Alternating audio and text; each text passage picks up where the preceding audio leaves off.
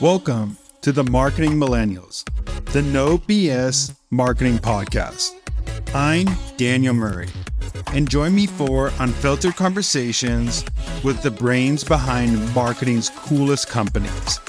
The one request I tell our guests, stories or it didn't happen. Get ready to turn the up. Welcome back to another episode of the Marketing Millennials Podcast. Today, I'm joined by Michael Witham, head of SEO at 97 Floor, and we're going to set the record straight on why SEO isn't dead. It's just evolving. Today, we're diving into how AI is changing search, the steps brands need to take to optimize their SEO for the new era, and Michael's bold predictions for the future of search. Let's get into the episode. Welcome to the podcast, Mike. Excited to chat with you. Hey, Daniel. Thanks. Yeah, I'm excited to be here. Thanks for having me on. Excited to chat with Mike because he is an SEO expert, but SEO is going through basically ups and downs lately, but in good ways because it's just changing like all marketing. So, and one of the big reasons is AI. So I wanted to just get into this conversation and say, like, how is AI reshaping the way people search and find information online? Yeah, I don't know. If you've been in marketing for a while, you know that like all the SEO quote unquote experts or the marketing influencers love to say SEO is dead. And SEO is dead for a different reason every 5 minutes, it seems like, right? And there's been a lot of suspected murderers of SEO, right? Like it was just a couple years ago that TikTok was going to kill SEO. That was going to be our new source of information in search. And most recently, obviously, AI is coming up, and they're probably the most credible threat, right? But that doesn't mean that SEO is dying. As long as there's search engines, there's going to be opportunity for people to take advantage of them and optimize them and get exposure through them. A lot of people think of this shift that we're having in AI and how it's changing user behavior to people using AI more than they're using search engines like Google. A lot of people like to think of it as like turning the lights off on Google. Like 60% of your traffic historically, if it came from organic search, like just overnight, it's just gonna be gone, right? And that's not gonna be the case ever. And the way I like to think of it, not as a light switch that's turning off, but it's more of a tilt in the earth where the sunlight is just shifting to a different place, and there's still going to be opportunity. We just have to find it and take advantage of it. So it's not going to be lights off. You're not getting any more organic traffic anymore, but we do have to be nimble. We have to be stay on our toes and adjust our strategy according to how user behavior is changing. So what is the biggest difference for people who don't know out there for optimizing for just traditional search engines versus AI driven search?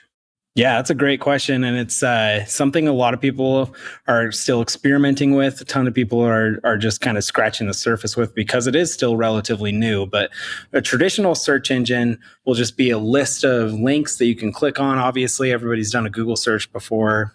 That's a search engine with those links. And the way that you optimize for that is through those keywords. You find those keywords that you want to show up for and rank for, we call it. And then you optimize your page, the content on the page to be best in line with what the search intent is. So Google will choose you and put you in the top results. For AI is kind of more just giving you the answer. It's not giving you a choice of a list of sources. It's just giving you generated text that gives you the information that you're looking for, that you've asked the AI chatbot to give you. And so the way that we are going to optimize for that is not necessarily by being a citation that the AI chatbot gives, but by being mentioned in the citations that the chatbot uses to generate their response.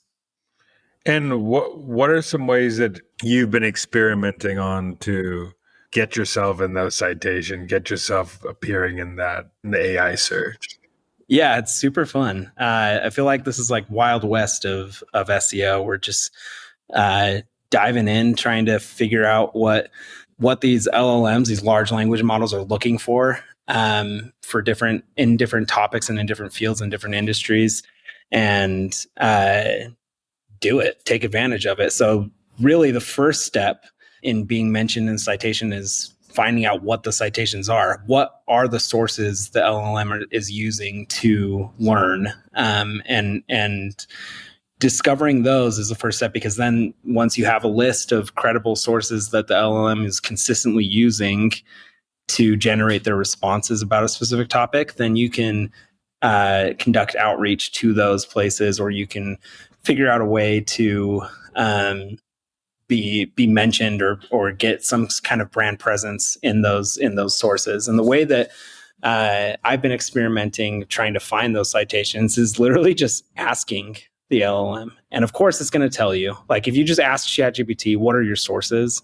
Or what did you use? What are your sources for learning the information you used to generate this response? It's going to tell you some BS like it's proprietary information, or like, I don't really know what the other LLMs use or whatever. And then you just have to kind of poke at it more and just say, hey, okay, I get it. You don't know, but what if you were an LLM looking for this information and trying to find the best sources to provide your responses? What sources would you use for this topic or this question? And it'll usually give you a good list. So that's one way. But the other way to find the sources that I've been doing is taking a topic cluster, so kind of like a hub and spoke model, like a lot of SEOs are probably familiar with that. But basically, it's like one core topic, and then you have a bunch of subtopics underneath it. And you do you give a prompt to whatever chatbot you're using, ChatGPT or Gemini or whatever else, and you do a search on one of those for every single one of those topics and subtopics, and then record the sources. So just copy the sources, copy the citations, and put them into a spreadsheet. And then you find the commonalities. And then you can pretty well say, this list of sites, this list of sources is a general place that this LLM is going to find this information. This goes to my next question, because obviously this is also going to change a little bit how people create content today. So what are some different content types that people should be thinking about, or similar but different optimizations of content that they should be thinking about today? Yeah, if you think about it, the most common responses that AIO for Google or ChatGPT is going to give is like very general, very broad topics. So those like very broad, huge search volume keywords that you were going after that are basically like stuff you would optimize a glossary subfolder on your site for. So like definitions or like fact-based things, or just like one sentence responses.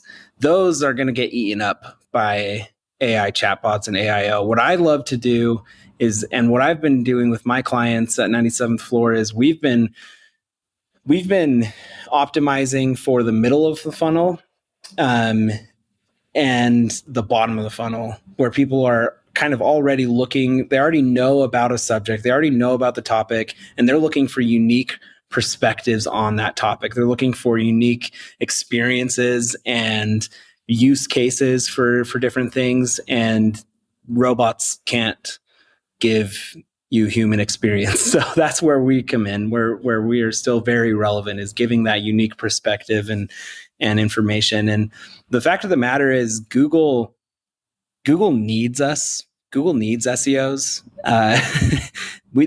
We've just been giving them content for free in return for search traffic for the last 20 years plus, right? And they've used that content that we've given them for 2 decades to create AIO and Gemini and use it to train their LLMs. They can't just cut off that spigot of information, of new knowledge, of new experience.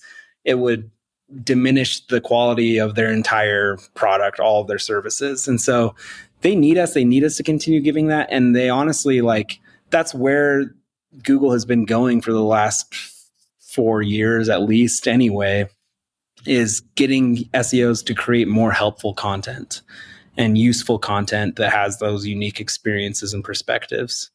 So, I mean, the good SEOs have been doing that, but what are some like things that you should start leaving behind that people are like traditionally were doing for SEO? What are some things that you might should start rethinking because that worked 5 years ago or 10 years ago, but it's not going to work the same today?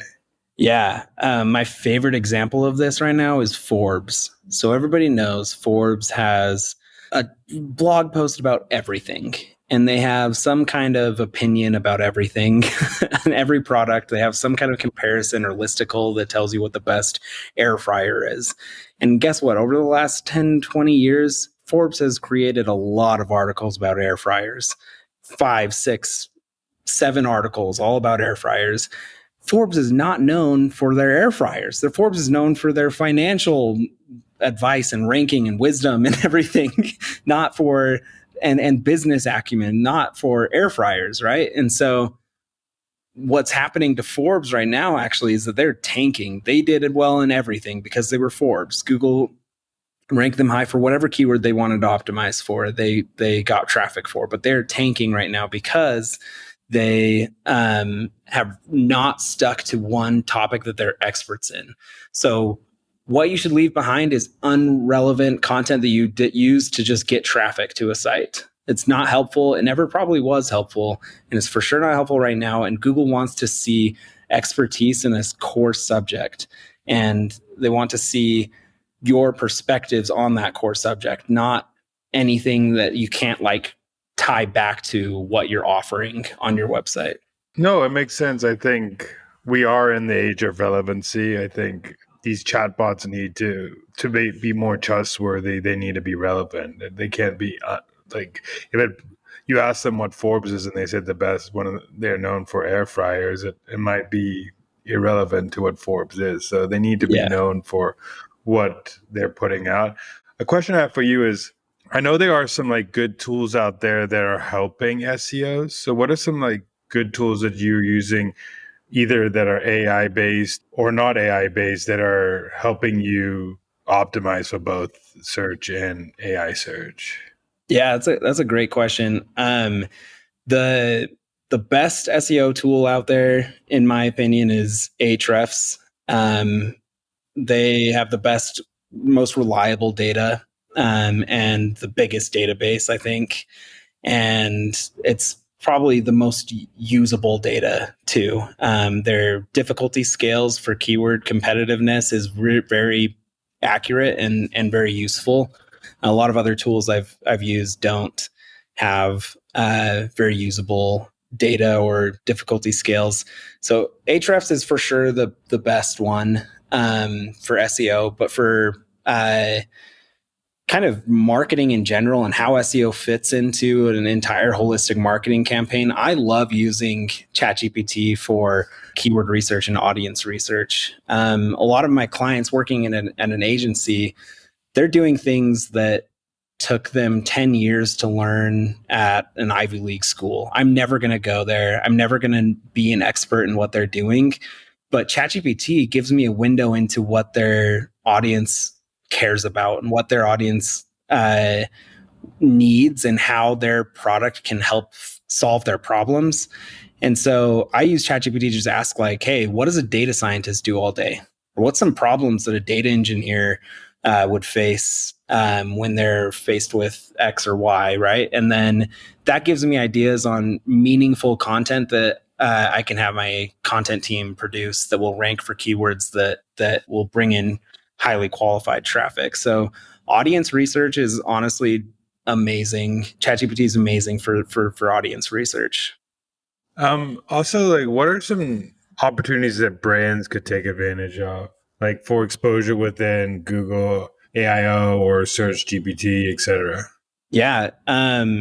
Building your brand to be an expert in a specific field is probably the best way to be mentioned and get exposure in any of the chatbots.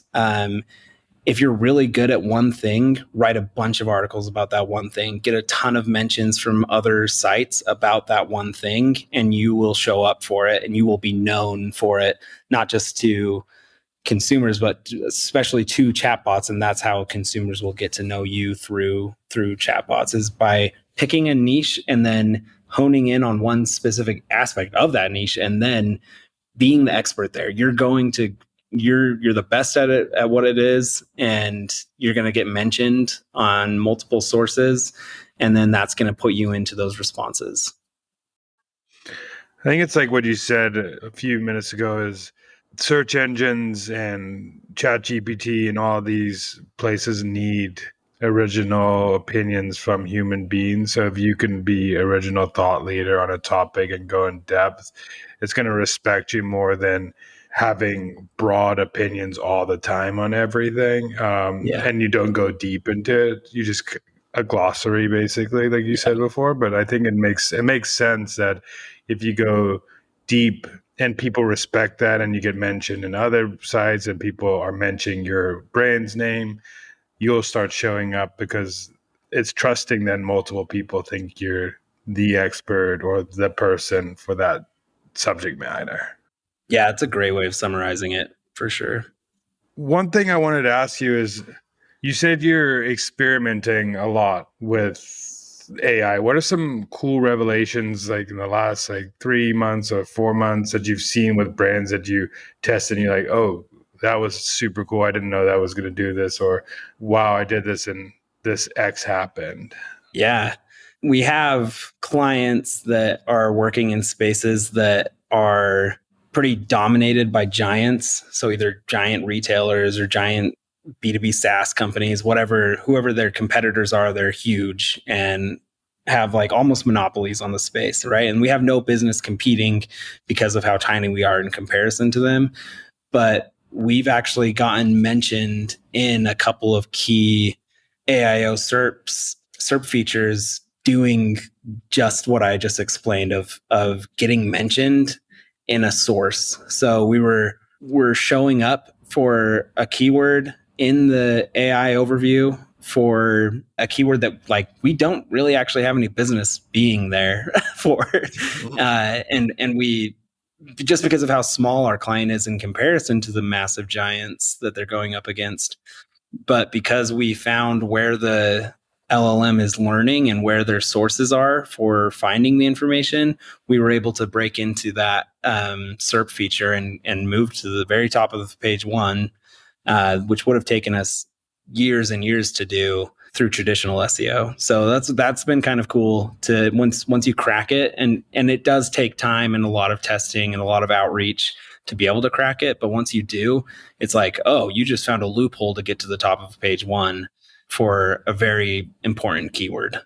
Which is actually seems really exciting, because brands who have just given up trying to compete on certain keywords now have an opportunity to really just skip that first search and get mentioned if they know how to reverse engineer it. Because some keywords, I know I've been in multiple companies and you cheer when you get to like the top 3, but now and it's a hard fought battle. It could take 6 months to a year to 2 years to even battle that. But now if I feel like a lot of brands aren't doing what you're saying you're doing right now, and reverse engineering search and trying to do this. So if you are a brand that is doing this and figuring out how to, I feel like there are loopholes and cheat codes to get ahead of these hard fought keywords that brands are fighting for right now.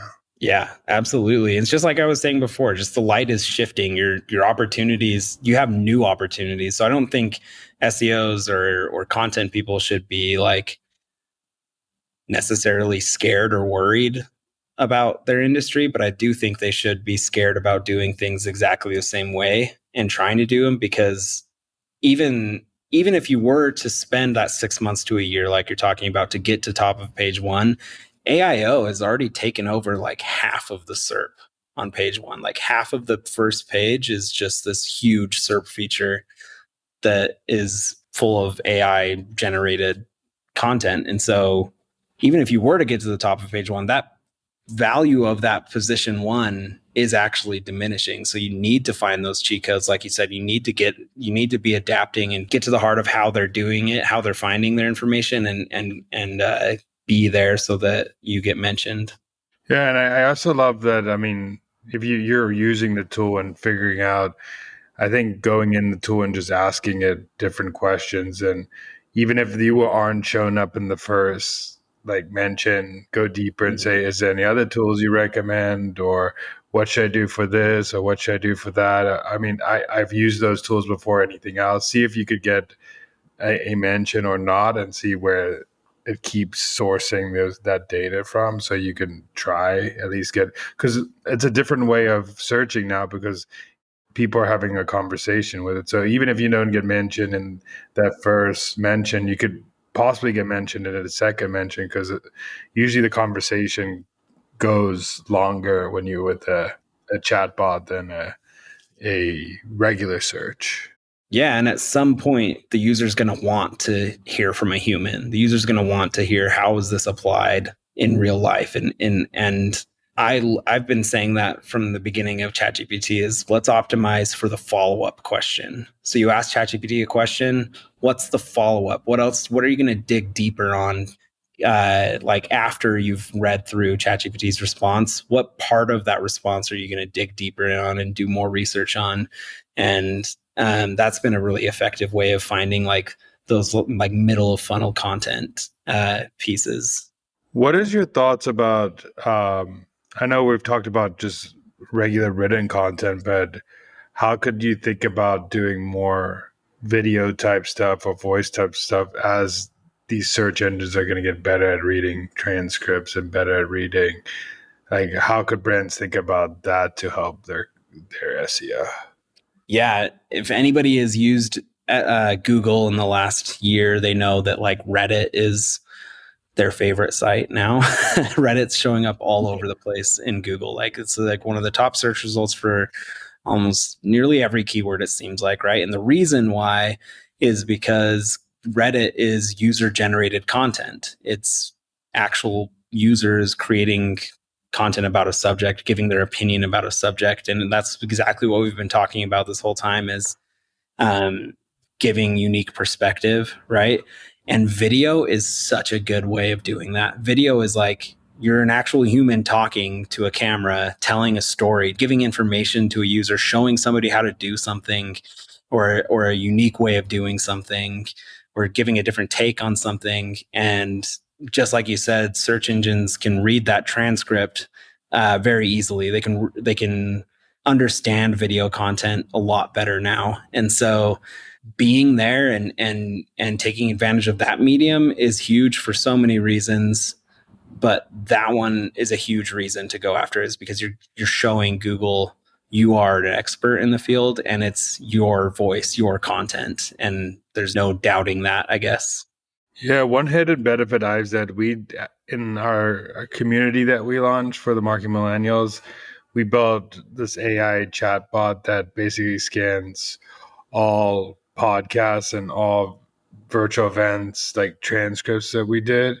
And I have so much more data to train my AI on, because video, you could produce 40 minutes of content, where written content, it's a lot less content you're working with. So it's learning from so much more when you're doing video and doing podcasts and things like that, where those dead transcripts online and something could read it, or you're feeding an AI it's been really helpful for us to get smarter with creating content as well, and helping people find other pieces of content that we're using. For example, if I ask about SEO and you're on this podcast, it could have a mention to this exact podcast link of what we're doing, what we talked about, and something you mentioned could be in the search now, and then people could look at the source and it would be the podcast, which is a cool way to. We've been testing out how to do it, but the point of going back was videos. You just have so much data of transcript that you can learn from. Yeah, that's so cool. I love that. I want to ask you a couple rapid fire questions quickly. It's just four questions. What is one AI tool every marketer should know? AI agents is something that you should be using as much as possible. And HubSpot has a really awesome tool that they've released called agents.ai. I believe that's the URL. I'll figure it out for sure and send it to you. But yeah, agents.ai. And it's basically like a list of hundreds of agents that people have built to do specific tasks. And it improves efficiency across all the tasks that you do for SEO, keyword research, technical audits, competitive research, competitive audits. And there's no reason to be doing all that stuff that we did 2 years ago manually anymore. It should all be automated through AI agents. Another question is, what brand is nailing AI focused SEO? I just mentioned them, so I feel weird saying it again. But HubSpot is content marketing queen, king, whatever. Like they invented content marketing essentially, and they have done such a good job of positioning themselves in the sales and marketing space as experts that they are mentioned all the time in so many different responses, so many different prompts I've given to multiple different chatbots. HubSpot is a very consistent player that gets mentioned all the time. I think that's a good answer, because one of the biggest takeaways that brands should have right now is create more expertise content in your space. And I think a lot of brands were, for the longest time, were creating these fluffy keyword articles just to rank, which you knew that the person writing it might not understand the topic, but it was okay because it showed up in SEO. And now people just craving that content. So if you could do that as a brand, that's really cool. What is a top prediction for how search will look in 5 years from now? 5 years from now, I think, is a good timeline to go off of. I don't think it's going to happen, like I said, not immediately. It's not going to be a lights out thing. But 5 years, I think, is a good timeline to consider how user behavior is changing.